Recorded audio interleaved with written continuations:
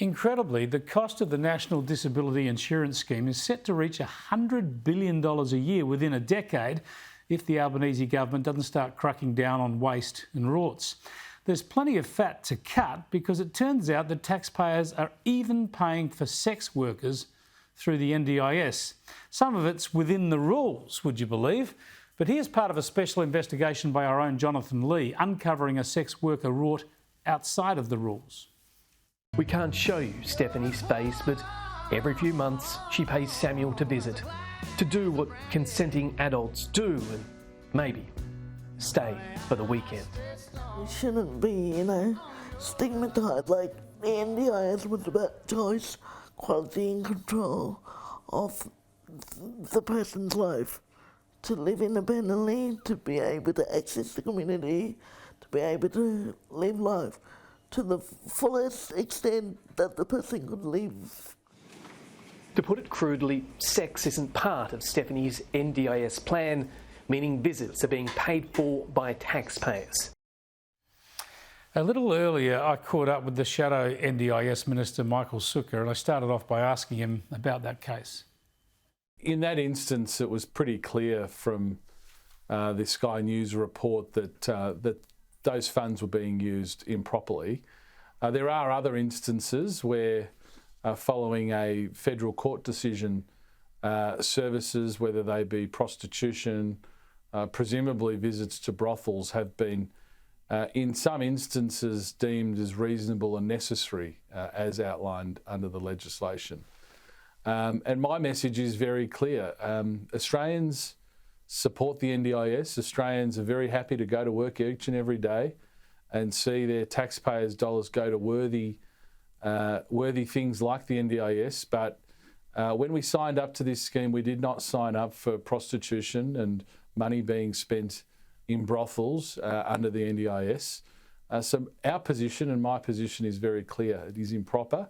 It should not be something that is allowed, because ultimately every dollar that's spent on a prostitute is one less dollar that can be spent on worthy recipients under the scheme. And we know the cost pressures that are facing the NDIS, even though Bill Shorten, the minister, he says there's no sustainability. Well, he said before the election there were no sustainability issues with the NDIS. Now that they're in government, he says something quite different. So my position is very, very clear on this, Chris. Money under the NDIS should not be being spent on prostitution and brothels, full stop. Yeah, look, I think most Australians would agree with you. You need to change the law or whatever needs to be done to make sure there can be no official prostitution funded by the NDIS. But the example where another carer is presumably paid for under some other category and provides prostitution services, obviously that's a rort.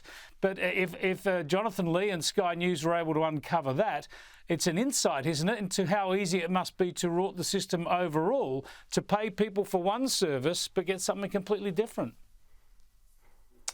And look, that's why the former coalition government set up a fraud task force. I think that work needs to be done at an even greater pace. I mean, the reality is big schemes like this rely on compliance activity. It relies on making sure people are spending the money allocated on their plans on things that are allowed and that are stipulated in their plans.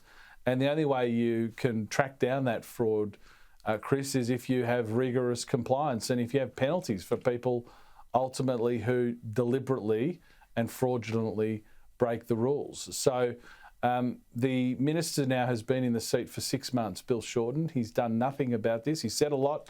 He's diagnosed a lot of problems, but no solutions. And at the end of the day, for a scheme like the NDIS, its long-term viability and sustainability is going to be partly rely on ensuring that the money is being spent on what Australians would reasonably expect the NDIS to fund. And again, prostitutes, spending it in brothels, that is not what I think the vast majority of Australians thought that they were signing up to when the NDIS was established, and the minister should stop it today. Now, the problems that we're seeing unfold were not unexpected. As soon as you set up a big national scheme like this, everybody knew it would be open to rorts. You've got to police that very, very carefully. The other problem, though, that was always going to occur was how you allow people to qualify, and especially given it's the federal government's program now, the states might be trying to shift more people onto the federal program, the NDIS. Now, Bill Shorten has been saying that's a problem now. How can you be tough enough to sort of stop so many people coming onto the scheme, especially if it's the state governments that are trying to push them onto the NDIS? Well, look, there are two parts to this, Chris. At the end of the day, the NDIS is increasing in cost because it's helping more people. And in the end, the coalition in our time in government saw the NDIS rise from 30,000 participants to more than 500,000, and those participants are worthy of that assistance, and we're the ones who saw that growth quite happily, because people who genuinely need that assistance should have it available to them. The issues that you've described with the NDIS go back to its formation, when Bill Shorten in the Gillard government was negotiating along with Julia Gillard with the states, and the states had them over a barrel. They were a chaotic government, as Labor governments tend to be, and the states hoodwinked them into an agreement which basically means that the federal government sees all of, virtually all of the upside growth in the scheme. That has seen a significant cost shift from the states to the federal government. It's good that Bill Shorten has finally recognised that he was completely outplayed by those states when they initially negotiated that agreement, but he's not said what he's going to do about it. I mean, running around giving interviews saying the states should step up, the states need to do more, the states are abrogating responsibility, which are all things that Bill Shorten has effectively said, is not enough. What is the plan to solve it? What is the plan to improve it? It is a big challenge for government. Thanks so much for joining us, Michael.